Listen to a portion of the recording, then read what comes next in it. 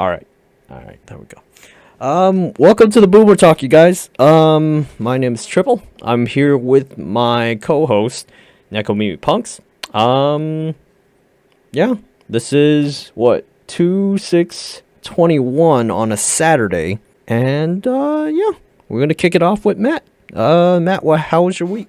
Oh, what's up, guys? How you doing? Not too many interesting things happen. You know, just getting some more work done. Work on the Murasaki, which pardon the pun, but I might have painted myself into a corner that I did not want to go to.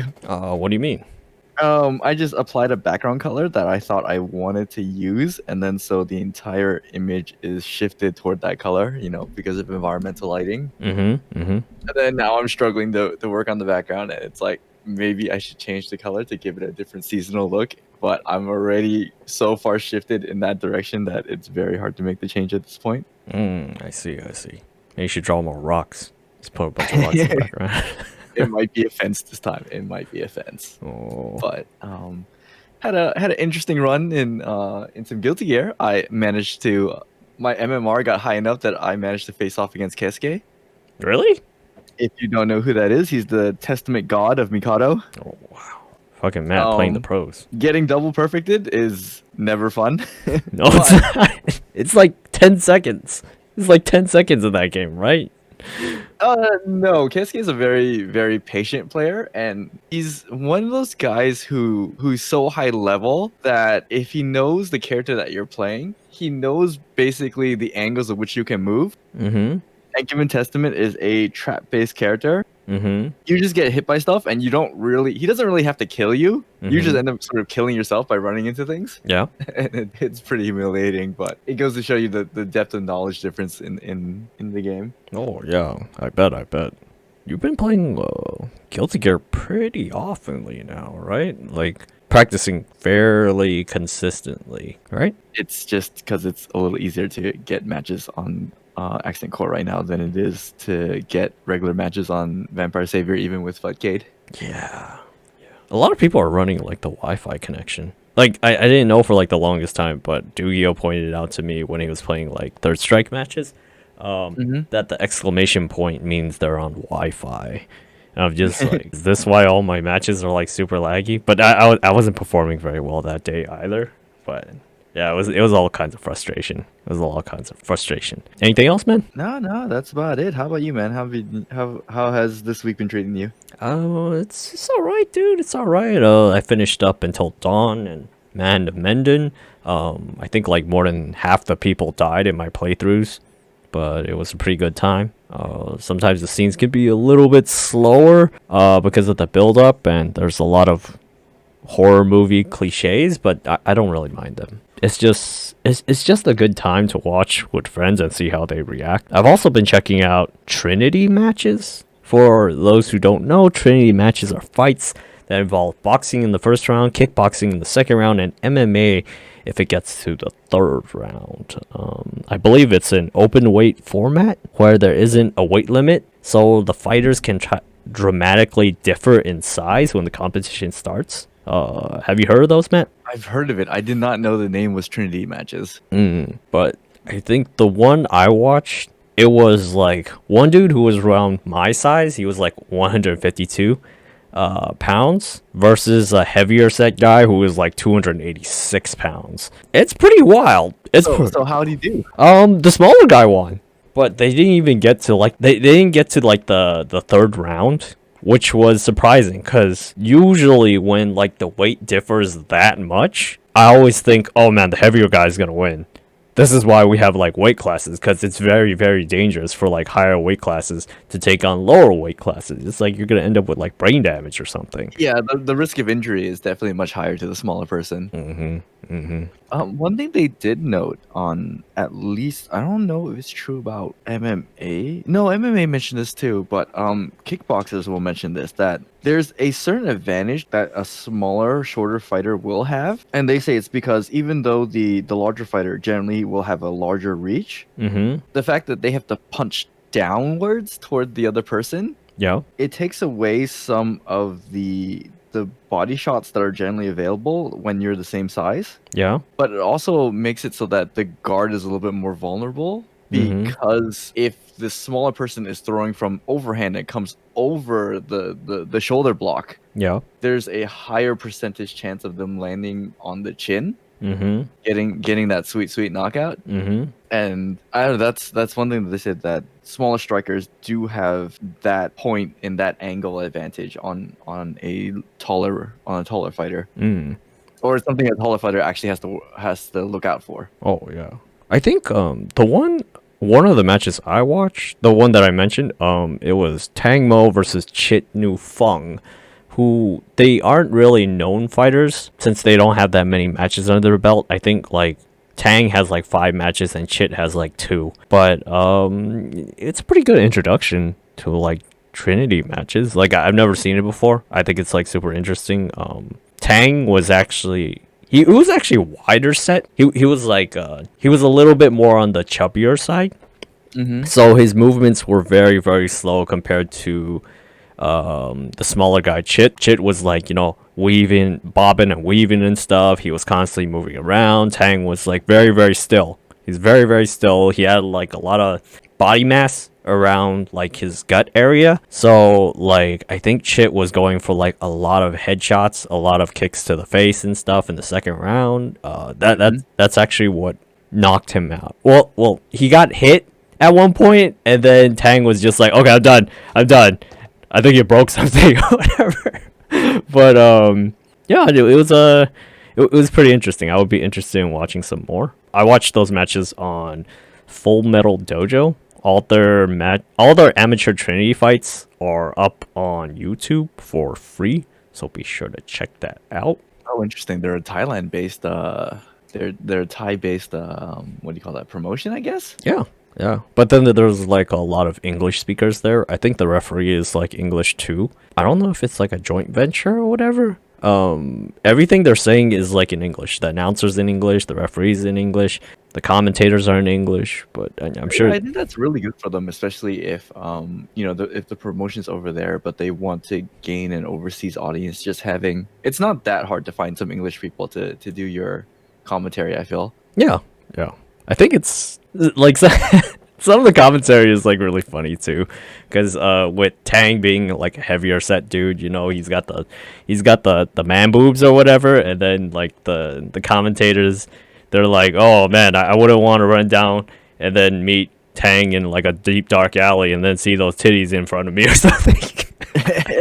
Like they're very uncensored. Like old school, it's like the old school FGC commentary. Yeah, it was so funny. Like just listening to the commentators, it is like ridiculously funny. They're not PC at all. They're not like clean at all. It's like they just lay it out there, and it's hilarious. It's hilarious to me, dude.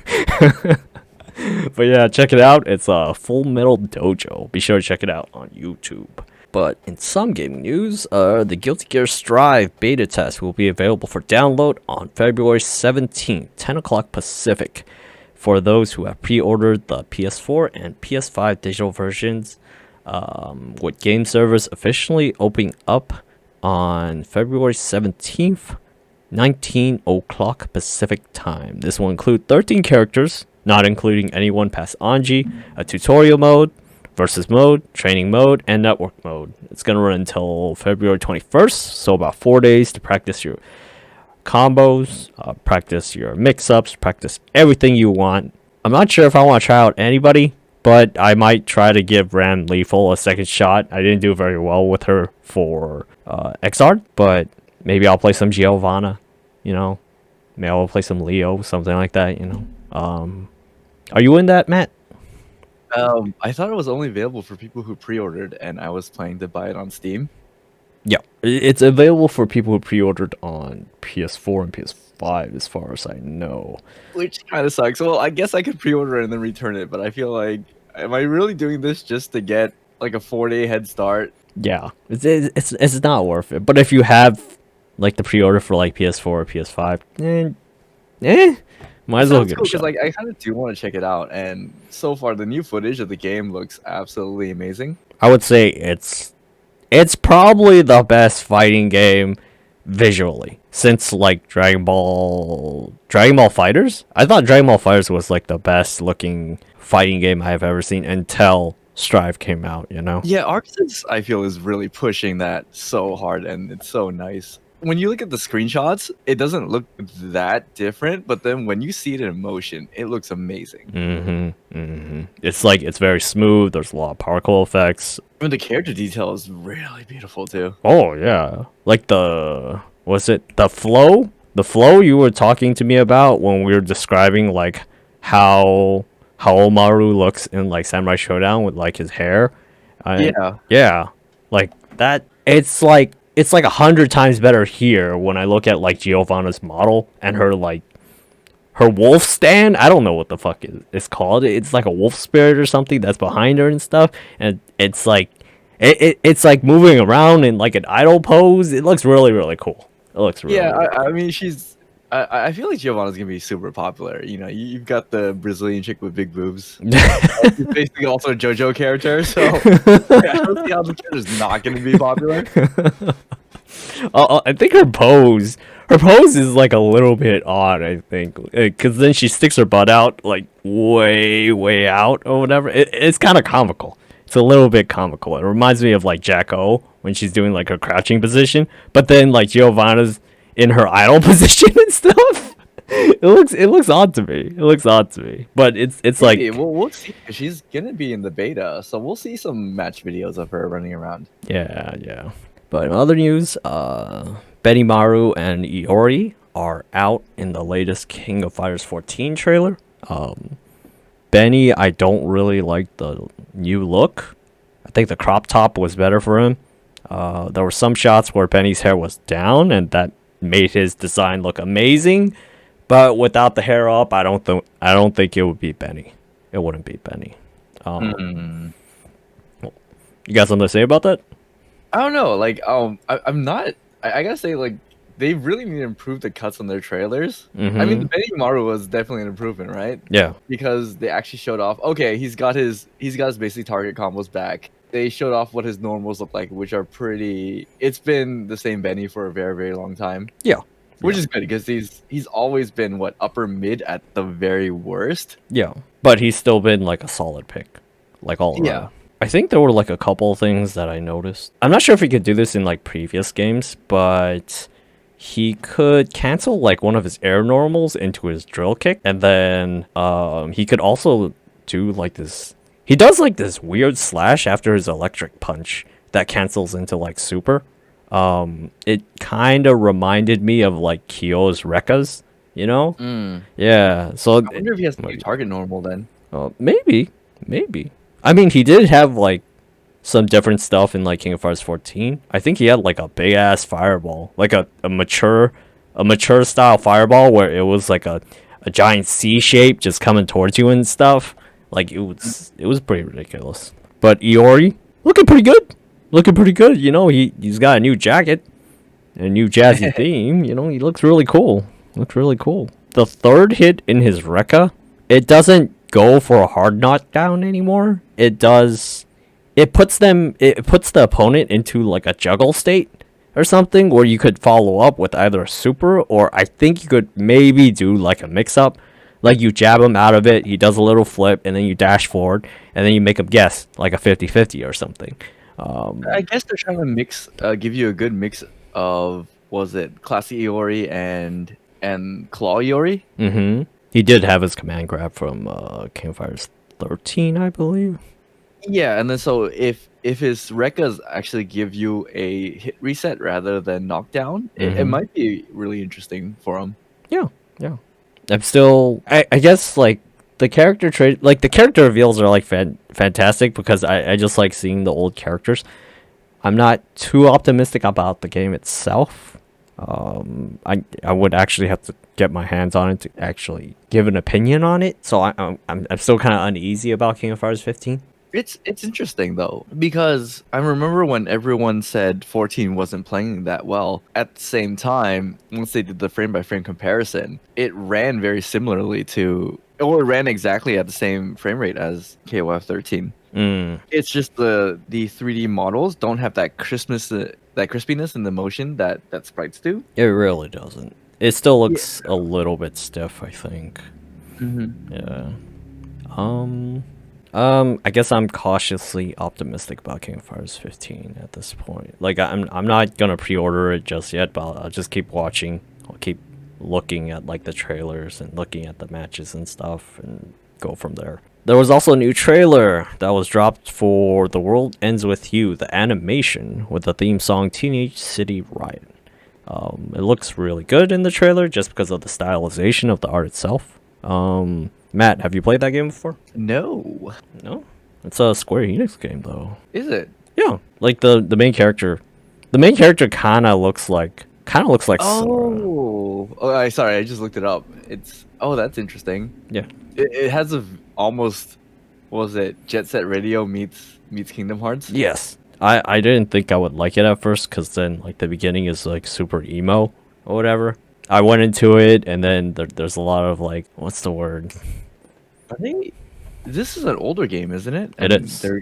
Okay. It's like a DS game, but Because I think they're re-releasing it on Switch. yeah, there was a release on Switch actually. It's just that the port wasn't very good because the DS had two screens that you could work on. So when you would go into a battle, it's like your partner would be on the bottom screen and then you would be on the top screen. Your main character would be on the top screen. The problem with the Switch was it only has one screen, so it was very disorienting. And then they had to change up like the gameplay. They had to change up the gameplay. They had to change up the controls, which was very, very uncomfortable for me. I feel like that's actually one of the worst parts about. Well, it's the best and the worst part about the 3DS, right? Mm-hmm. Where it has a very unique system that allowed it to play games in a completely different way. Yeah. Yeah. At the same time, if you wanted a modern port of those games, then it made things miserable because it has those built-in systems. Yep. Yep. I think the focus right now is like on bigger screens rather than like split screens or whatever. I know when I first saw like the DS, like the original DS, I was just like, what kind of stupid invention is this? This is incredibly stupid. It's like, why would I want two screens? I'm only gonna be looking at one screen. But then I was surprised with how much they actually did. Even with like simple things like Pokemon, it was kind of nice having like your menu pulled up on the bottom without actually having to pull it up in the main game. It was pretty genius. It was pretty genius, you know. Oh yeah, just like the classical RPGs where they're like, hey, I can keep my front screen on all the characters and all my menus are always pulled up all the time. Yeah, yeah. On the bottom, and it's like, oh, okay, that's actually kind of cool. That Yeah, at least yeah. graphically, I can always see these things right there. Yeah, and then I guess it kind of opened up. It opened up possibilities for like game developers to get really, really creative with some of their game mechanics, like The World Ends With You. I know for like the fighting game Bleach Dark Souls, what they did was they put all the specials on the bottom screen so you could access them at any time. So like your specials and then your critical arts, you could always access at any time, but there was like a cooldown every time you clicked one of the buttons. But it made it very, very convenient because a lot of the combos were just like, Or like you just wanted access to your buttons and your moves, and then this way you could actually play an RPG without having it hidden behind another menu. yeah.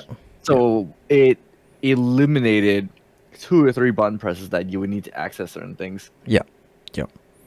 But it was kind of nice. It was kind of nice. I couldn't exactly do like a lot of motions with like the D-pad on the DS and stuff, so it was kind of convenient to have. Of course, there were like bad versions of it. It's like I wouldn't want to play Super Street Fighter 4 on 3DS because of walk up Sonic Boom, walk up flash kicks and walk up headbutts. That was not fun for me. It was not fun for me at all.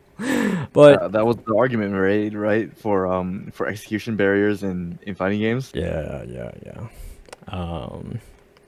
But it is what it is. It is what it is. I would say like the game itself featured a lot of side stories. Like The World Ends With You. It featured a lot of side stories that I think would have been told better through animation rather than in-game dialogue. Because I think I spent like a week playing like JRPGs, and I found I kind of started understanding that JRPGs of the 90s are a little bit hard to digest today given time constraints and work responsibilities. Like I'm not saying they're bad games. I'm not saying they're bad games at all. I'm just saying it's like having these kind of anime serializations are a good introductory for new people to come into this fandom, and also nostalgic for older gamers who have played the past games, you know? I feel like it's good. It's good on both fronts. It's good on both fronts. Like, you could argue that these games, because these games don't include everything and they have to serialize it for anime, that doesn't just mean you should just play the game. But I think most people our age don't really have the time to play this game. Like, these are like long ass games. These are like what, 30, 40, 50 hour games. It's Yeah, I think we've discussed this before. How it's as an adult, it's a lot harder for you to dedicate 60 hours on a playthrough. it's tough. It's really really tough, dude. Especially like if you're working like part-time job, if you're doing work at home, if you're doing independent job and stuff. It's really tough.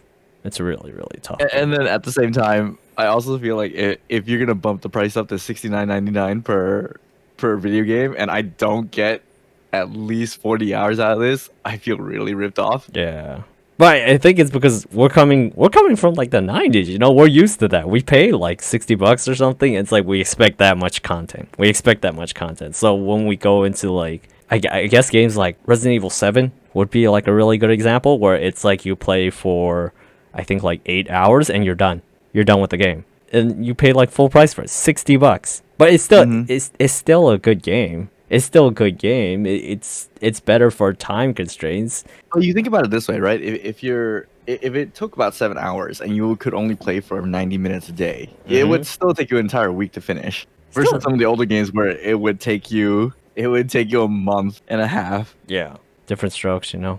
People want different things this age. Like I can understand it a little bit more because I still want to play all these games, but I don't necessarily have all the times with these games. So I used to hark on it like a lot, where it's like, okay, if I don't get 50 or 60 hours, this game is a ripoff. This game is an absolute ripoff. But like I'm a little bit more lenient towards that now, because like if it's fun, if the storyline's pretty good, if I have a good time streaming it, or if people just like watching me play it, you know, I think I got my money's worth. You know, I think I got my money's worth. Yeah, for sure, man. I would still highly recommend you guys check out both iterations of The World Ends With You, even once the anime comes out. I enjoyed the Phoenix Wright anime serialization, so I'm sure I will enjoy this one because this game was higher up on my best games of all time list. I also checked out the Seth Godin video that you sent me, where he outlines that artists and creators shouldn't focus on the outcome, but rather constantly practice and perfect their craft. Do you want to start us off, Matt? Oh yeah, like I guess that is the main topic for today. Found out about him on through Ethan Van Sciver's Twitter, where he retweeted, or he linked up this interview he did on YouTube, Mm-hmm. and they were just mentioning how it's a different type of business model as an independent creative. Mm-hmm. And one of the main things is one possible, or I guess he sees it as a mistake, is especially in the age of social media, you try to make your creative projects and you try to make it for everybody, versus taking Ethan Van Sciver's Cyberfrog method, which is it's much more boutique. You have a much smaller audience, Mm-hmm. but the dollar per audience member is higher. Mm-hmm. Do you And think? then Oh, go ahead. I was just gonna add to say that he also mentions that this might actually be healthier for both ends, on the consumer and for the creative person themselves. And then we can definitely dive into the details as we go along. So, what were you gonna ask? I was just gonna ask you if like, is it the mindset of like most companies to think like if they reach like a bigger audience, it's like they'll make more money? Do you I think? think that's also generally true, right? Because it's the idea of market share. Mm-hmm. But it's not. I guess when it comes to creative industries, you're not like toilet paper where Mm-hmm. everyone needs to buy you. And so focusing on an audience that really, really likes your work, rather than trying to reach out entirely and try to grab the biggest audience possible, is probably the more successful business model overall, and especially if you want to do it long term. What do you think about his opinion on like writer's block not existing, but rather it's the fear of bad writing and creating something below average? Yeah, that's an interesting point, right? There was another interview where I put it like, there's no such thing as writer's block. There's only bad ideas, and they're your bad ideas. I mean, as harsh as it sounds, like, yeah, I mean, I can see where that thinking comes in from. That you're not really blocked. You're just really paralyzed through fear. So it's the same response as the, was it deer in the headlights? And yeah, no, I get that feeling too. I mentioned earlier in how my week was going that I feel like I've painted myself into a corner, into something that I feel that I don't really like for myself, and then that's what's causing me to hesitate to move on and to keep going.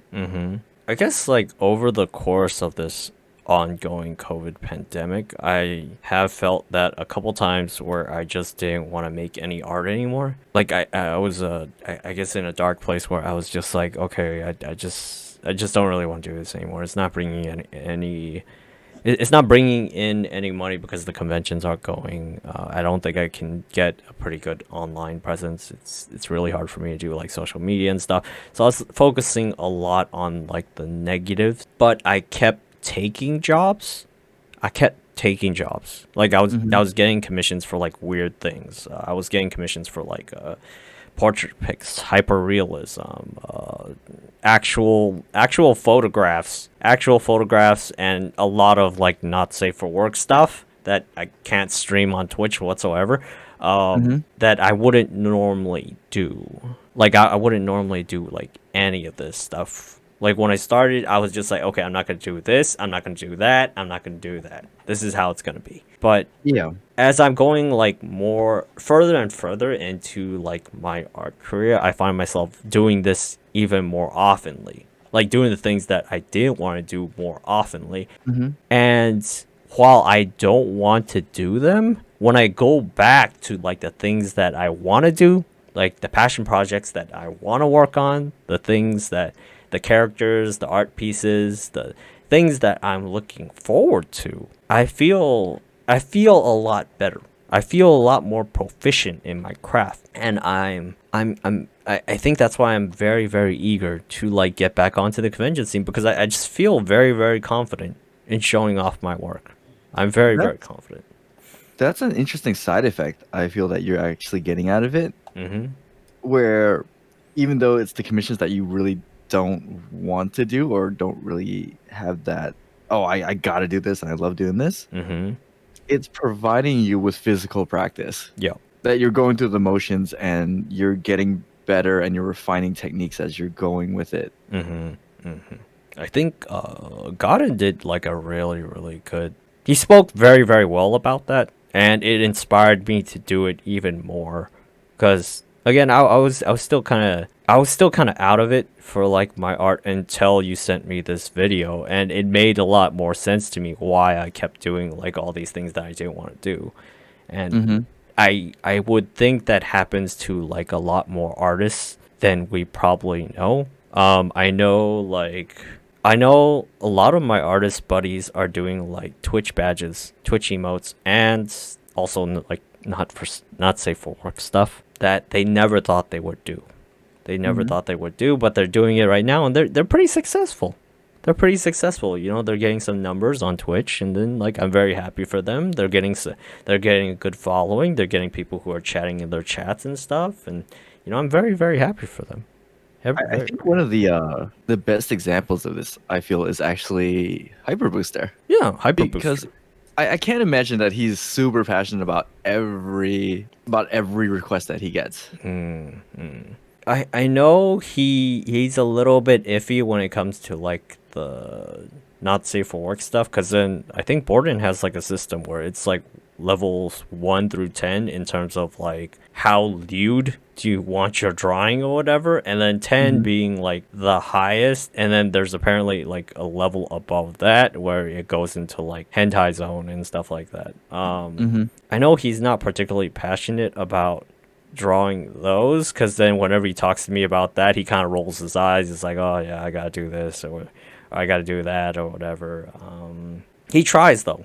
He always tries to put out the best product possible. Like, he keeps doing it, and then like you can see like the improvement in his craft as he's doing like this every single day, and he's getting a following for it. He's getting a following for it. He's doing very, very well. Yeah, that's it's one of the most interesting things. And while going through that podcast with Seth Godin, my mind immediately went to Hyper Booster. I was thinking about my friend 46 Snowy, because she used to do like conventions and stuff, but she's had, I would say, much more success than most artists that I know. She's probably like in the same position as like Hyper Booster, you know, where she's getting like a lot of online. Is clout a bad thing or a good thing? I don't know. It's It's a weird term. Yeah, but I mean, getting attention for your creative projects is never bad. Yeah.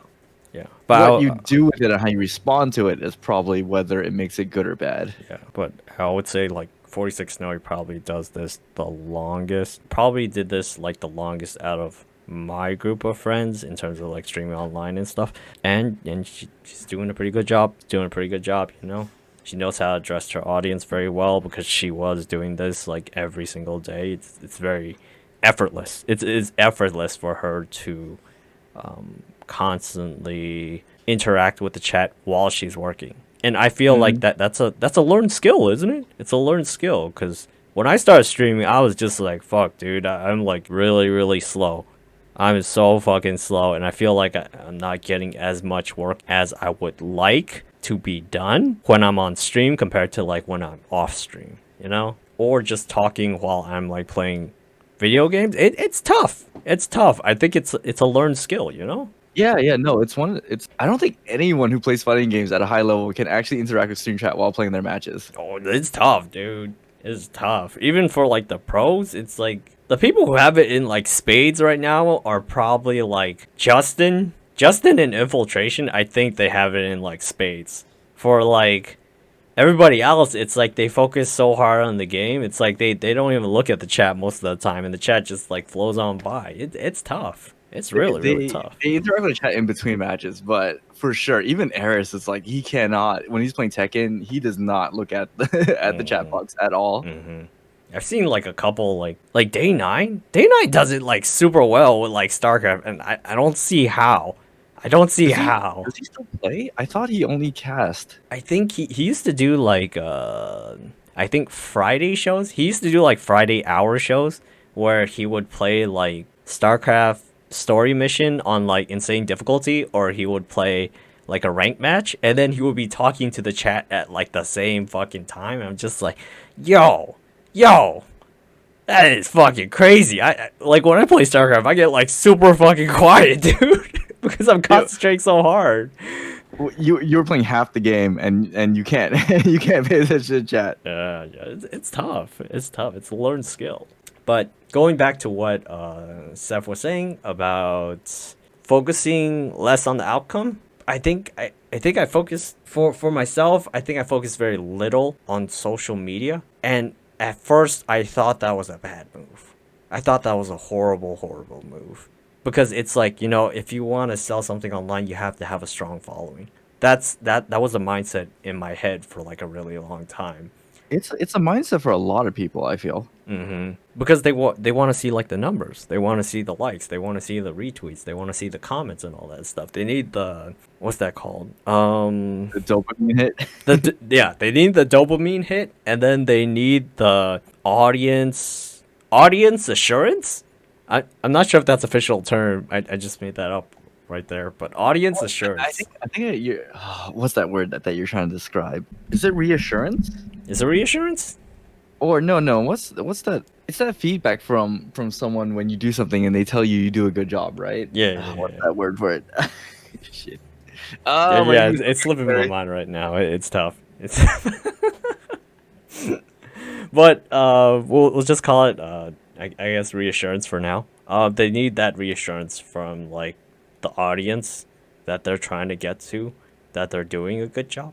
But when it's like one person one person that kind of comments on your stuff or kind of talks to you and then just rubs you the wrong way or like kind of gets you pissed off, it just ruins the rest of your day. It just ruins the rest of your day.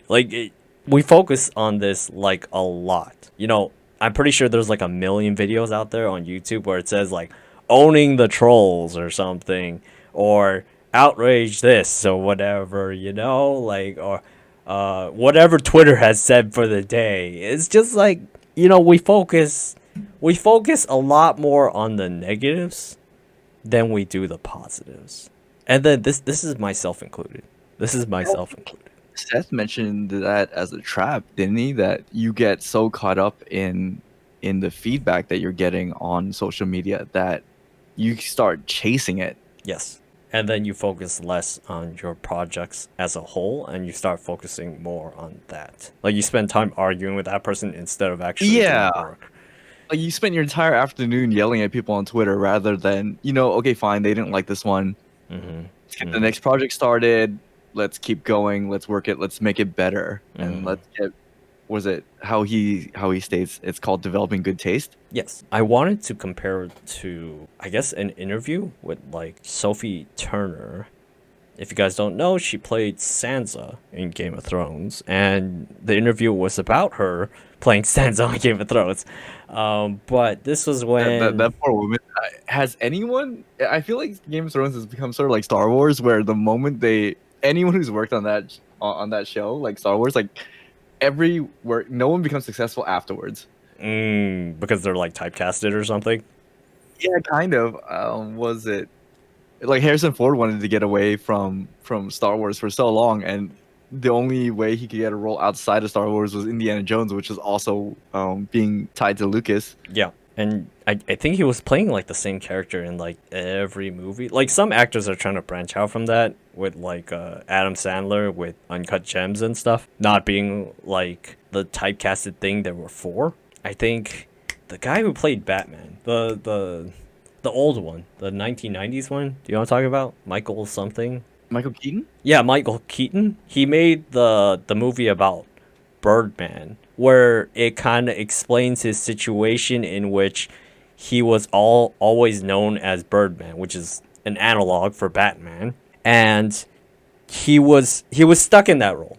That's what he was known for a really long time, and then the rest of his life was just pure shit. It was pure shit because it's like everybody saw him as that role, but he couldn't get acting roles in like other movies or other plays because they just saw him as that. It was pretty damn good. It was a pretty good illustration for how like artists feel sometimes, you know. Although I feel like that's kind of true for all levels of the entertainment industry. What do you mean? I don't know how many people who've gotten into animation or comics or who've made it into one of those big studio jobs.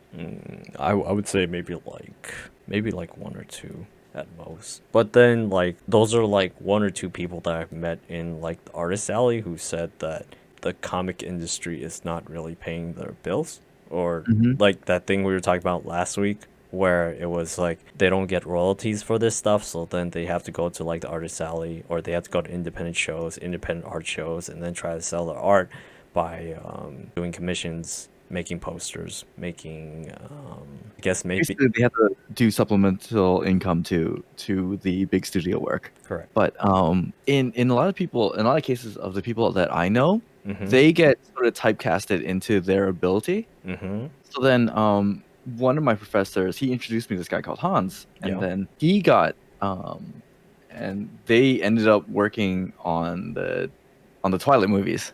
And then so Hans got, because he was a big outdoorsy guy. Yeah. So like, okay, fine. This is the guy that we can send out to Wyoming to study wolves. So then he can animate the wolves. So he went out there and did that. He came back and he did the wolves on the Twilight movie series. Yeah. And then I didn't meet him till maybe 4 or 5 years after the fact that he made those movies. And he was like, I cannot get away from four-legged animals and four-legged predators in particular, dogs, and wolves. That's all he gets casted for. So if there's a dog or a wolf in a movie, he's the guy they call him, and he's just in. as an example. And like, guys who I know someone who was an amazing lighter, and she's just like, yeah, I can't get out of this niche. Every time they offer me a job, it's only for this very specific set of light. It probably happens in like the artist alley more than we know too. I know I've been referred to as like the pixel guy for like a really long time. For like a really long time. I think like fucking like some of the people I talk to, and then like when I mention you, like they don't say your name. They don't say your name, and then they don't say your studio name. They just call you Booby Guy, and I'm just like, yo, that's Nekomimi Punk. Yo, that's Matt. You know. Yeah, no, that's him. Yeah, that's him. Like that happens to us too, I guess. It doesn't bother me as much. It doesn't bother me as much because I love video games. I love doing pixel art and stuff like that. So it doesn't bother me that much. But yeah, you can get typecasted like pretty easily when you're like an artist or like a creator or whatever. It probably bothers more people than some. It's funny because I don't know if Seth Godin said it on this interview, but he said it on another, where he describes people who, okay, there's people where you make art, which is you're taking a risk, and then you have the hacks who are, they know their audience and they're just feeding their audience. It was this one. Oh, was this one too? Okay, so you mentioned that, but at the same time, there's nothing wrong with being a hack because you're playing a smart bet because you're playing into your audience. Yeah, and you're playing to your audience. But that's how he differentiates between creating what is creating art and creating product, right? I think I can understand it to some. I can understand it to some degree. I can I can like half agree with that because it's like fuck. Like sometimes I have trouble like streaming regularly, because I just don't know what to stream. And what I'll do sometimes is I'll ask my friends or I'll ask my really small audience, what do you guys want to see? Or I'll put up like a voting poll or something. But I always forget. I never ask. I never do this as oftenly as I would like, but I never ask myself, Triple, what would you like to play? What are you thinking right now? It's like there were times where it was like I was playing games where my audience suggested it. I didn't particularly like it, but I kept playing it anyway. But I had zero to say about the game. I had nothing to say about the game. And then I do this more often than I realized, but I'm trying to move away from that mindset because if it's boring for me, I don't have anything to say. And in turn, that'll make it boring for whoever's watching me. Because that's interesting, right? I don't know if you've heard of this guy called Wings. No, I have never heard of him before. Give me a little bit of background on him. So he was one of the original Call of Duty streamers. I don't know if he still do it. I don't even actually. Oh wait, was he Wings of Redemption or something? Yes, he was featured on Metacritic. Yeah. Of one of the biggest crashes and burns in internet history. Yeah. I think he was playing like Call of Duty for like a really long time or whatever, and then he got tired of it after a while, and then like I think he was focusing like a lot on like what people were saying on him, and then he was just. It wasn't that he was streaming anymore. It was just that he was streaming just to talk trash to like everybody. Everybody. It was his only source of income too, so he couldn't get away from it. He didn't know what to do outside of it, but then he couldn't stop streaming Call of Duty. Or he felt that he couldn't stop streaming Call of Duty because he honestly felt that he could not get an audience to follow him to another game. And then at the same time, he hated the game. Like just playing it for so long. That comes with just focusing on like one thing for like a long ass time, right? Like I can't imagine there are all the League of Legends League of Legends pros that I follow, like TSM Odd One, Double Lift, Sneaky and stuff. Like it's not just them that are tired of like watching the game. Or watching or playing the game, because you can hear it in their voice.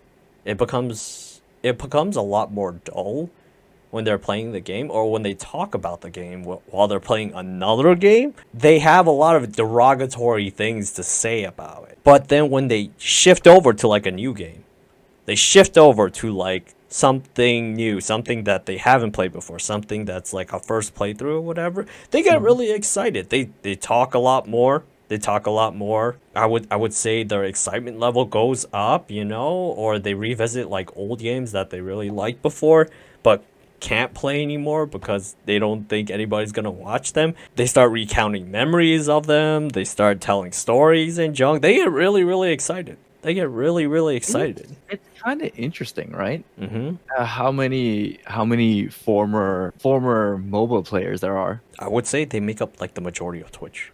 They're actually former mobile players. That's I don't know, because it's interesting, right? Because between you and me, we're both fun game players, and Yeah. it's not like we stopped playing certain games because we got bored of them. Mm-hmm. We stopped playing certain games because we couldn't find people to play. Yeah. So then, if I run into a game room and someone's mashing out on Super Turbo, it's like, dude, grab me a stick, I'm in. Yeah. Do you think it's because like back then fighting games were still like a niche product? They were a very, very niche product, and then today it's still a niche product? Because I think Flo, when I was watching like one of his streams, he pulled up the statistics for how much Evo has made in the past like 20 years compared to like how much Fortnite has made in like the first month. Yeah, I And think there are like Fortnite tournaments that have like just a single tournament has more prize money than the entire history of of Evo. yep, I think Evo only made around, I think like $1 million in like 20 years or whatever, and then Fortnite was around like 40 to 50 million for like a month. It was so sad. It was so fucking sad, dude. I don't think of it like that though. Mainly because just going back to what was said by Seth Godin is that it's not sure you're not making the massive numbers that they are. Mm-hmm. At the same time, there's so much love in that community for the games that we play. Yeah, like I'll still play like any fighting game out there with you. Or if you specialize in like an old school fighting game or any fighting game, I would be happy to play with you. Like I would say like even though the fighting game community does not make a lot of money, I would say they're one of the most passionate. They're one of the most passionate out there, and I just enjoy watching them. I want to support them in any way I can, you know? It's also funny because what was it? They're so passionate that it's one of the few communities where you can actually say blood was spilled because of these games. Yep. Back in the day, people were getting For fights. better or for worse, blood was actually spilled over these games. Yeah, dude. Over like 1 quarter, or if you threw a person too much, that was like a. I think that was like a taboo back in the arcade days. I think. At certain places, you had that, and people get so mad. Yeah. People still do it today. You can still see it on stream and stuff. You know, probably like LTG is probably the most infamous. DSP's probably had some spills because of that. What's his face? That guy who keeps getting mad in like Marvel vs. Capcom 3. He's like more chill now, but he used to get mad like all the time. Champ. Was it Champ? It wasn't Champ. F-Champ was a shit talker, man. Yeah, he was a shit talker, but he didn't get mad when he lost, I think. I don't think he got mad when he lost. He just hammed it up. Chris G also was demanded that tournament organizers replace the monitor because he said it was overheating and causing lag. Oh, yeah. You remember that one? Yeah. I like watching fucking James Chen go to his pools. Like he would be doing commentary and then be like, hold on, I need to go to my pools. And he goes to do his pools, and he comes back and he's like super salty. Like super salty. It's hilarious, man. It's so funny. I remember Vanilla Street Fighter 4 and James Chen wrote that entire essay on why Cammy is the worst character. I'm just like, whoa, James, calm down. And then it turned out, by the end run of Vanilla SF4, Cammy was top 3. Yep. I would say passionate. Fighting game community, very, very passionate about their stuff. They don't even care about how many people they reach or how much money they make. They just keep going. And I would say fighting games are one of the most demanding things. Well, one of the most demanding genres for a person to essentially get good. If you want to play well, it demands a lot of your time and attention. It does. But getting back to what Godin was saying, when I brought up the Sophie Turner example, I was comparing it to his experience of when he did the presentation, and then there was one woman in the audience who was like talking during his presentation, like she was talking as loudly as him apparently, except she was yeah, front row too. Yes, yes. And then like what happened, like this kind of thing, this focus on like negativity, it happens to like the best of us. It even happens to Godin, who is a very, very gifted speaker. And in his example, he even focused the entire presentation on this one woman in a sea of thousands and thousands of people that wanted to listen to him and not to this woman. He was focusing on it for like a really long time. Well, not a really long time, just a short amount of time, but it was enough to bother him that he focused the presentation on this woman. He was directing conversation towards her, and then after a while, he was just like, you know what? I don't care. There's all these other people that are listening to me. I shouldn't let this one negative thing bother me. And then, like, I don't know, that really stuck with me. It made me think, like, okay, I shouldn't take, like, personal insults or people trying to, I guess, ruin my playthrough or ruin my day or unintentionally backseating or whatever. I'm not gonna let that ruin my day anymore. I'm just gonna keep doing what I'm doing. I'm gonna be practicing my craft. I'll be focusing on the thing that I want to get better at. Because I think he also brought up a good point during that same segment too, right? How he said, you know, if you take all your attention and you focus it on this one negative aspect, what you're actually doing is you're doing disservice to all the other thousands of people that were in that audience at the same time. Yes.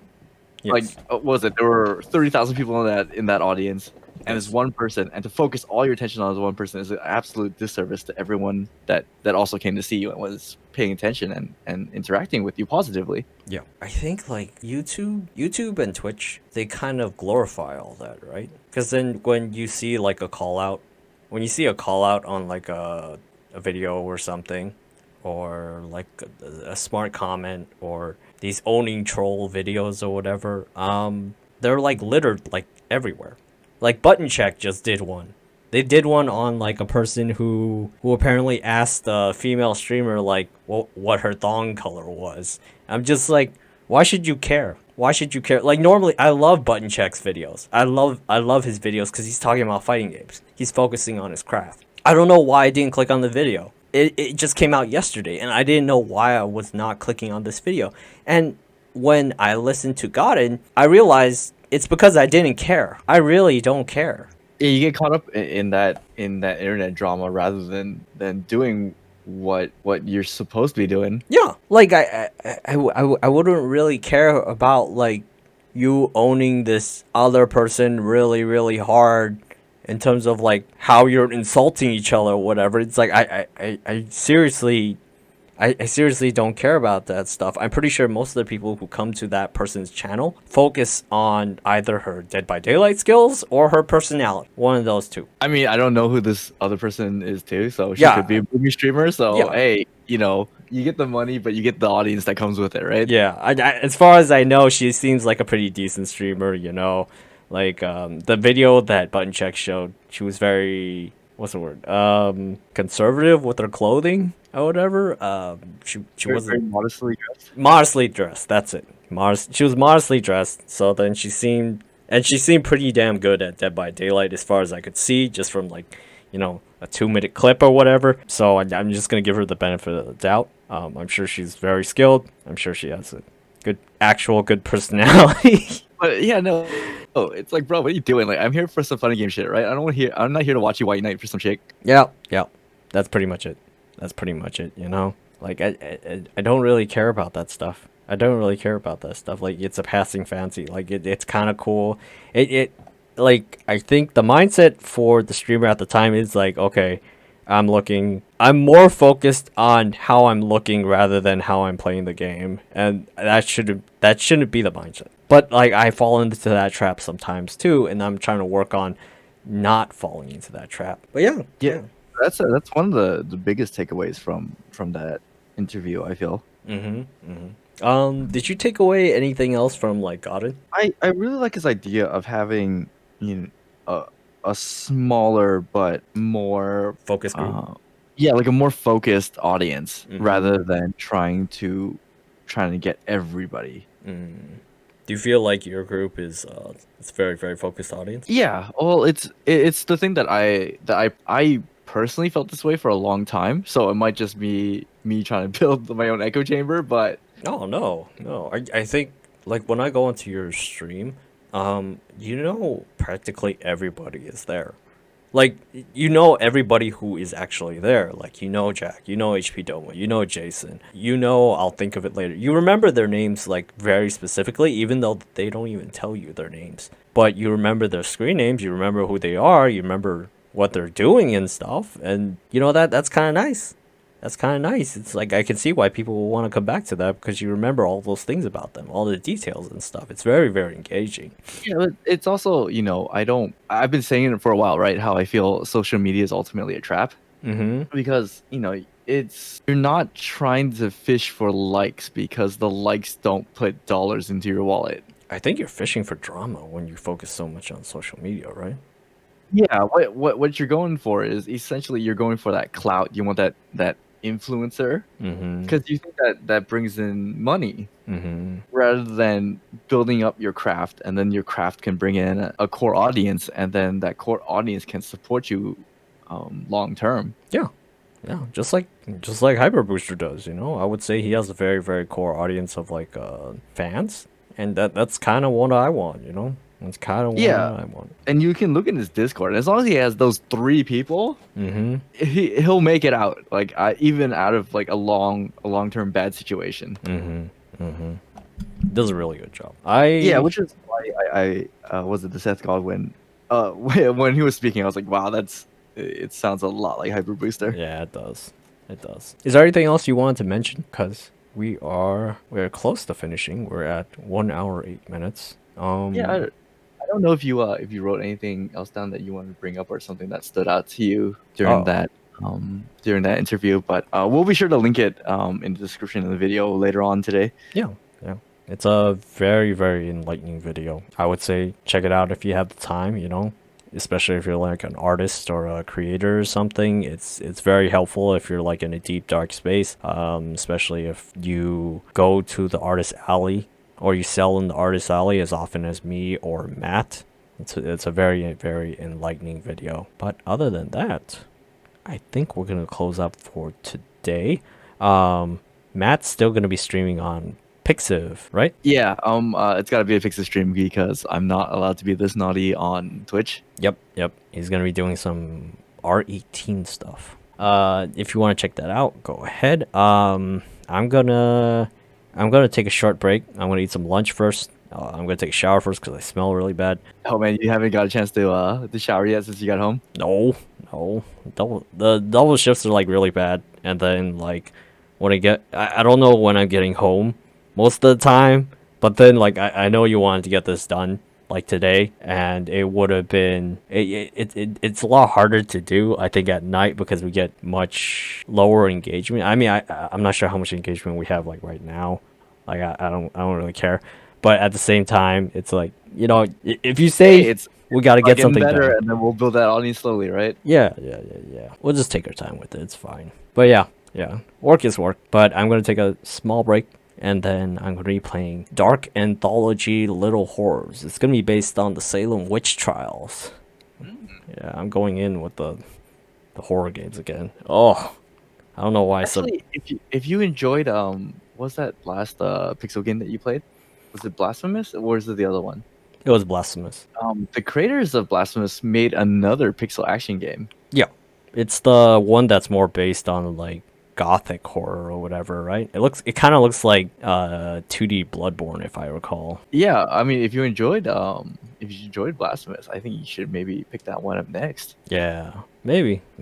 I'll put it on my bucket list. I'll put it on my wish list. But for whoever's in the chat, thank you guys so much for showing up. We're still gonna be on. Matt's gonna be on Pixiv. I'm gonna be on Twitch again in like half an hour or so. But thank you guys so much for joining us. This is the end of this Boomer Talk. Thank you guys for listening. We're gonna have the episode up on Boomer Talk YT. That's Boomer Talk YT. BOOMERTALKYT. Just look that up on YouTube and you'll find all of our videos on there. We'll have this video up possibly on Monday, but we thank you for listening. Matt, you want to sign us out? Yeah. Well, thanks for joining us, guys. Definitely check out that interview by Seth Godin if you guys can. Godin. Yeah, Sorry, Godin. I'm doing it. I'm doing it too. I'm doing it Way too. But thanks for joining us. I'll see you guys in a couple minutes on Pixel Stream. I will be running chat on Twitch, but no, I will not be showing anything. Enjoy my handwriting and a blank screen. Yeah. Take care, guys. We'll see you in a little bit. Yeah. Have a good day, you guys.